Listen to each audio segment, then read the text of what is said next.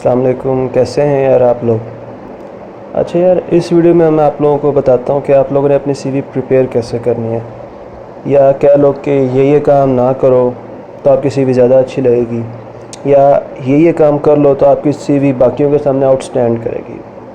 तो video start करने से पहले मेरा brief introduction. My name is Waqar Jamil, KPMG Lahore से आर्टिकल्स, ये फाइनलिस्ट, और इतना जाना बहुत है। So let's begin our video. अच्छा, तो यार पहली चीज़ तो ये होनी चाहिए, मैंने ना सारे पॉइंट्स नोट कर लिए कि मैं आप लोगों को एक एक बात बता सकूं और कोई बात मिस ना हो। तो पहली चीज़ यार, किसी सीवी के अंदर ना आपकी ऑब्जेक्टिव स्टेटमेंट बहुत ज़रूरी होती है। ऑब्जेक्टिव स्टेटमेंट होती क्या यार, कि आप लोग लिखते हैं उसके अंदर कि हाँ यार, एक सेकेंड, ये चेयर ठीक हो करनी थी। तो आप उसमें ये लिखते हैं कि यार आप इस फर्म में क्यों आना चाहते हैं, यानी कि व्हाट इज़ योर ऑब्जेक्टिव, कि आप यहाँ क्यों आना चाहते हैं, आप यहाँ पे करना क्या चाहते हैं। ऑब्वियसली बात है, आप अपने आर्टिकल्स करना चाहते हैं, लेकिन ये बात एज इट इज़ तो नहीं लिखी जा सकती ना। आप बताते हैं कि हाँ यार, मैं एक ऐसी फर्म का पार्ट बनना चाहता हूँ जो कि मुझे ना सिर्फ सिखाए बल्कि मुझे ट्रेन करे, मुझे काम के सिखाने के अलावा मेरी प्रॉब्लम सॉल्विंग स्किल्स अच्छे करे। यानी कि इन शॉर्ट आपने फर्म को बताना कि यार आप उनकी फर्म से सीखना क्या चाहते हैं, या what is your objective in life. ऐसी मतलब इस टाइप की बात अब अपनी ऑब्जेक्टिव स्टेटमेंट के अंदर मेंशन करते हैं। ऑब्जेक्टिव स्टेटमेंट नॉर्मली आपकी 4 से 5 लाइंस की हो, that is more than enough. ठीक है, ऑब्जेक्टिव स्टेटमेंट हो गई। उसके बाद आते हैं आपके ग्रेड्स, यानी कि आपने मैट्रिक में क्या किया, आपने इंटर में क्या किया, ग्रेजुएट है तो ग्रेजुएशन में आपने क्या किया। तो यार आपकी जो लेट सपोज मैं अगर बात करूं कि आपने मैट्रिक किया है, मैट्रिक में अगर आपके ग्रेड्स अच्छे हैं, 80-85% हैं, 90 या 95 हैं, तो आप अपना इंस्टीट्यूट मेंशन कीजिए, किस इंस्टीट्यूट से आपने किया, किस साल में किया आपने, आपके ग्रेड्स क्या थे, आपकी परसेंटेजेस क्या थी। ठीक है, लेकिन अगर फॉर एन इंस्टेंस आपकी कोई परसेंटेजेस बहुत ज़्यादा अच्छी नहीं है तो आप परसेंटेजेस ओमिट करते हैं, यानी कि आप जैसे अपने इंस्टीट्यूट का नेम लिखें, वहाँ आप अपना लिख दें कि जी मैंने गवर्नमेंट कॉलेज से FSC किया, ग्रेड्स अच्छे हैं तो गवर्नमेंट कॉलेज FSC इतने परसेंट, इतने ग्रेड्स। ठीक है, तो ग्रेड्स अगर अच्छे हैं ज़रूर मेंशन कीजिए, अच्छे नहीं हैं तो ना मेंशन करो, ज़रूरी नहीं है कि आप ग्रेड्स मेंशन करो। ठीक है, इंस्टीट्यूट का मेंशन करना इसलिए होता है कि यार एक अच्छा इम्पैक्ट पड़ता है कि यार ये कहाँ का है। अगर आपका इंस्टीट्यूट कोई बैकवर्ड एरिया का है तो दैट डजंट मैटर। इंस्टीट्यूट अच्छा होना आपको एक प्लस पॉइंट देता है, लेकिन अगर इंस्टीट्यूट आपका एक एवरेज है तो ये आपको कोई नेगेटिव पॉइंट नहीं देता। ठीक है, because ultimately it's you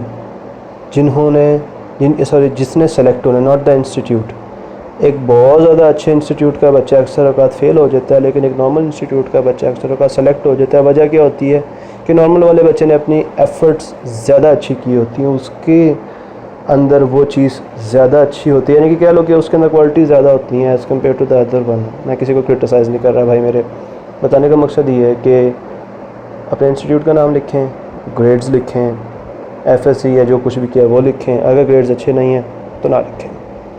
next, अपनी CV में आप लोगों ने एक स्ट्रेंथ का कॉलम ज़रूर मेंशन करना है। हर बंदे की स्ट्रेंथ होती है भाई। स्ट्रेंथ में आप लिख सकते हैं कि मेरी प्रॉब्लम सॉल्विंग स्किल्स अच्छे हैं।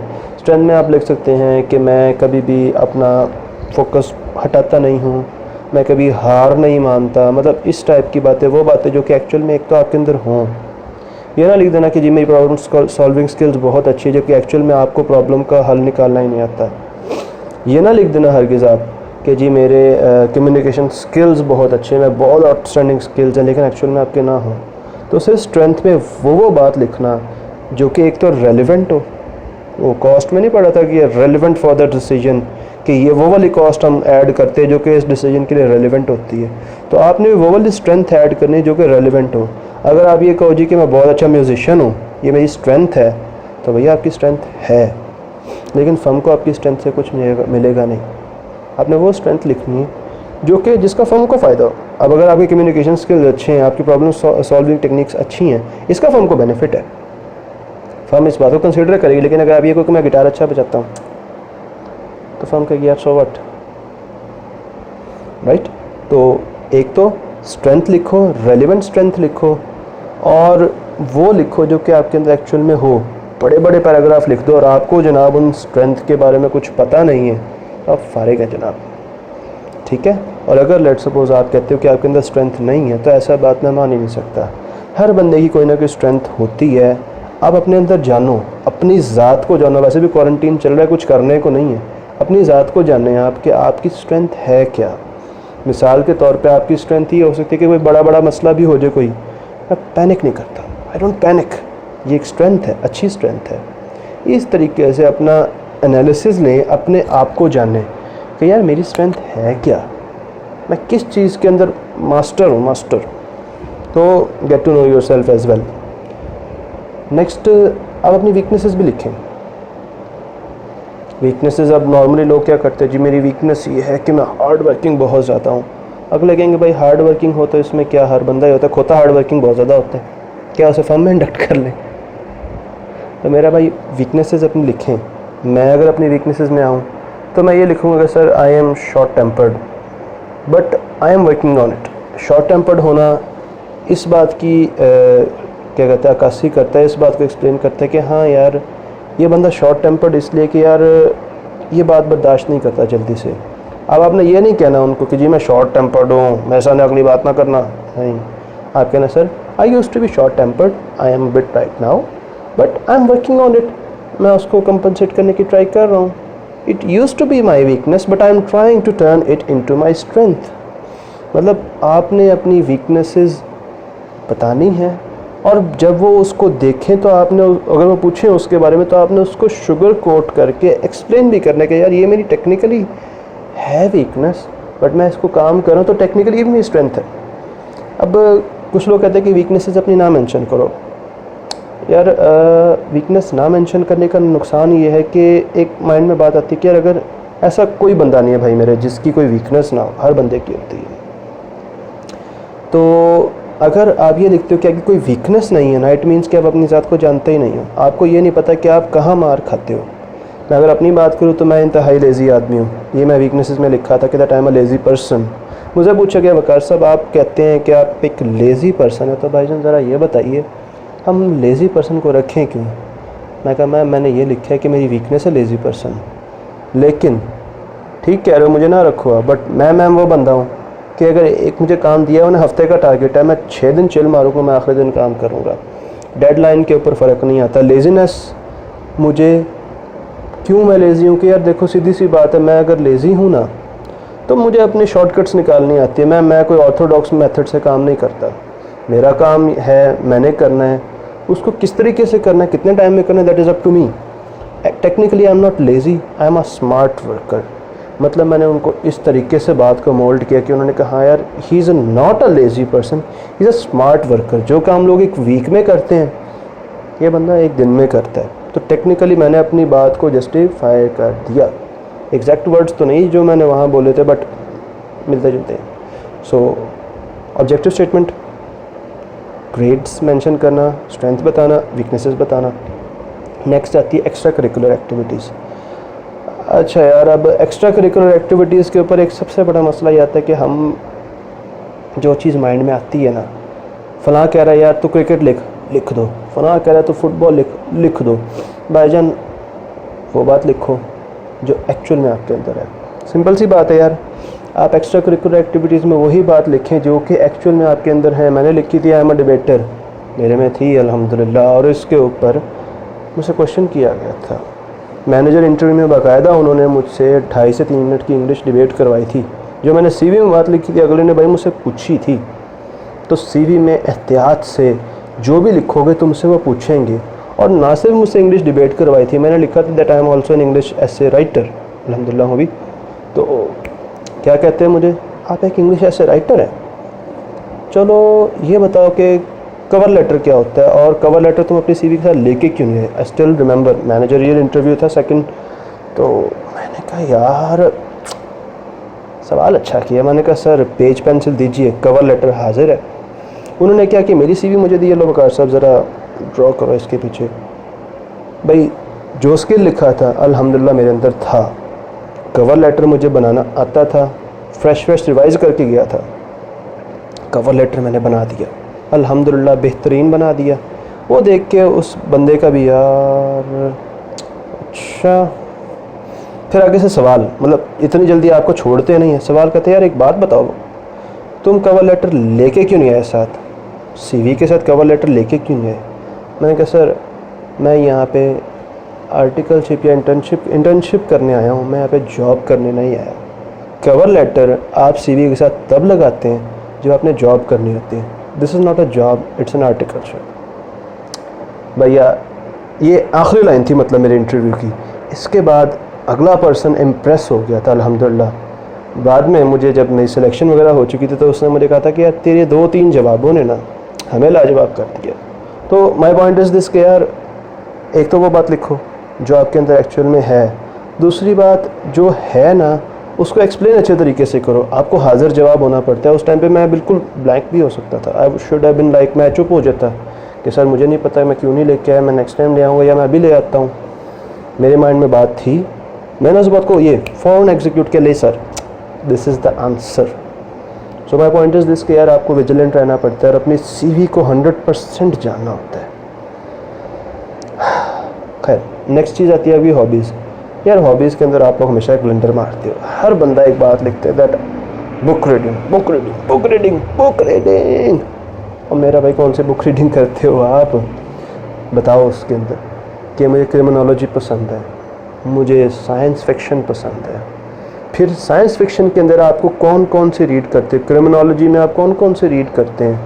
आप वहाँ पे अपने फेवरेट ऑथर का नेम लिखिए। लेट सपोज़ अगर आप कहते हैं कि मुझे बुक रीडिंग पसंद है तो आप लिखिए जी कि मैंने यहाँ पे पीर कामिल पढ़ी हुई है, 40 रूल्स ऑफ लव पढ़ी हुई है, ब्ला ब्ला ब्ला ब्ला ब्ला, ये आपने बुक्स पढ़ी हुई हैं।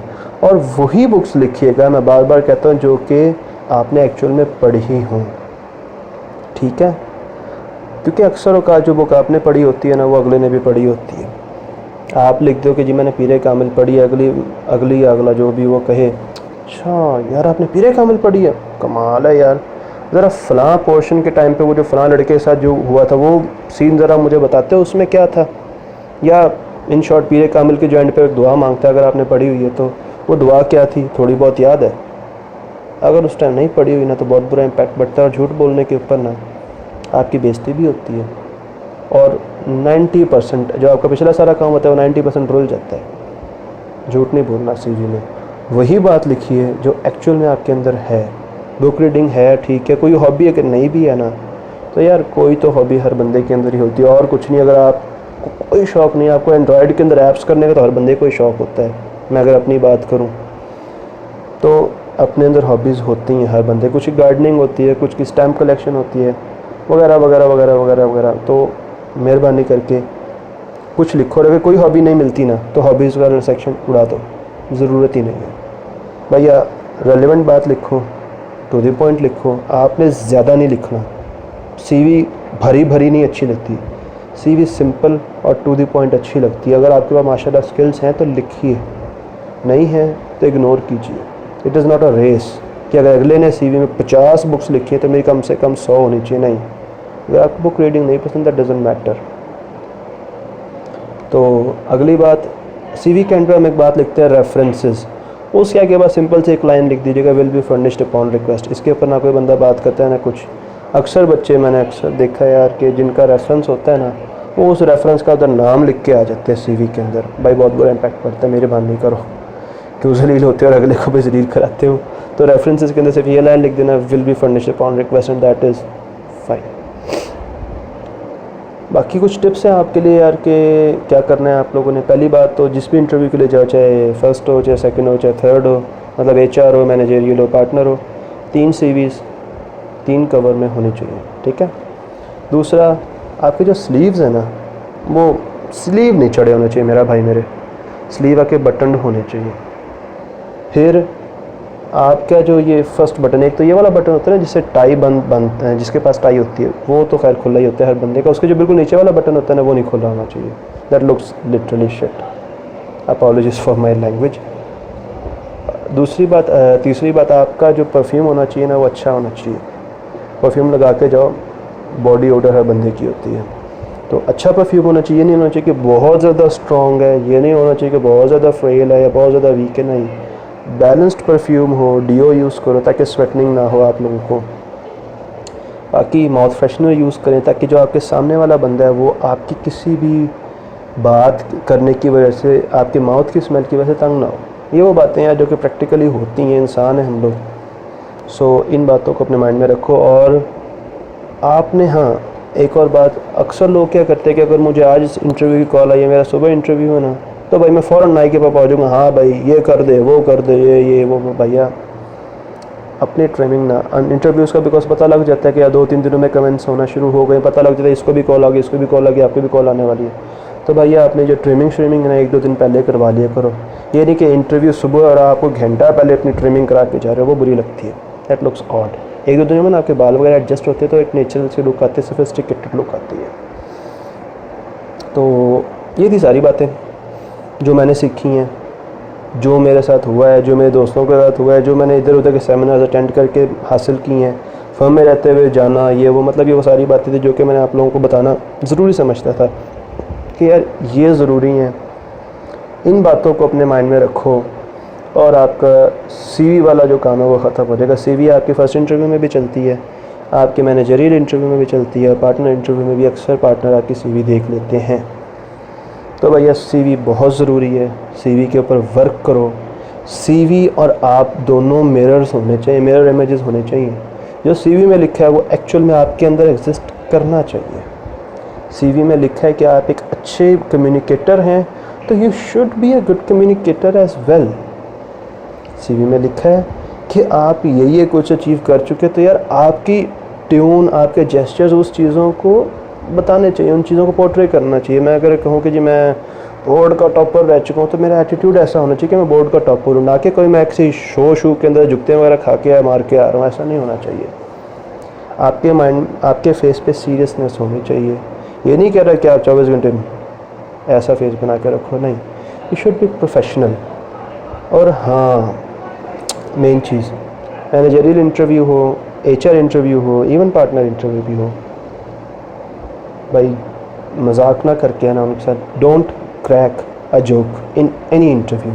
वो लोग मजाक करें, आप मजाक पे हंसें, हल्का सा हंसें, ये नहीं कि हाँ हाँ हाँ हाँ हाँ खी वाला काम नहीं करना जी। जी सर ठीक है। इस तरह से अक्सर औकात आपको जुगते भी पड़ जाती हैं, तो उनको वापस ना मार के आना। ऑल इन ऑल भैया ये थी वो बातें जो कि मैं समझता था कि आप लोगों को पता होनी चाहिए, बिकॉज आपको ना जहाँ जहाँ से HR या जो भी हो वो पकड़ता है, वो यही बातें होती हैं कि CV में जो लिखा है वो एक्चुअल में बंदे में नहीं होता। मेजॉरिटी बच्चा इसलिए सेलेक्ट नहीं होता कि यार जो उन्होंने CV में लिखा होता है वो उनके अंदर या तो एक्चुअल वैसे नहीं होता, या वो पोर्ट्रे नहीं कर रहे होते। तो भैया ये कुछ बातें थी जिनको अपने माइंड में रखिएगा CV बनाते हुए। बाकी जो भी क्वेश्चंस हो इनके अलावा उनको कमेंट कीजिए, मैं उनको इंशाल्लाह रिस्पॉन्ड करूँगा आप लोगों को। कोई मेरी बात समझ आई हो तो यार लाइक करो, और अगर किसी का ख़ुद का भला चाहते हो, किसी अपने फेलो का या किसी फेलोनी का भला चाहते हैं, तो वीडियो शेयर करें। I will be seeing in the next video, जिसमें मैं आप लोगों को मैनेजरियल इंटरव्यू के बारे में बताऊंगा, और इंशाल्लाह मैं इंटरव्यूज़ के अलावा भी आपको अपडेट करता रहूँगा। सो स्टे ट्यून, मिलते हैं अगले वीडियो में। वकार जमील आउट।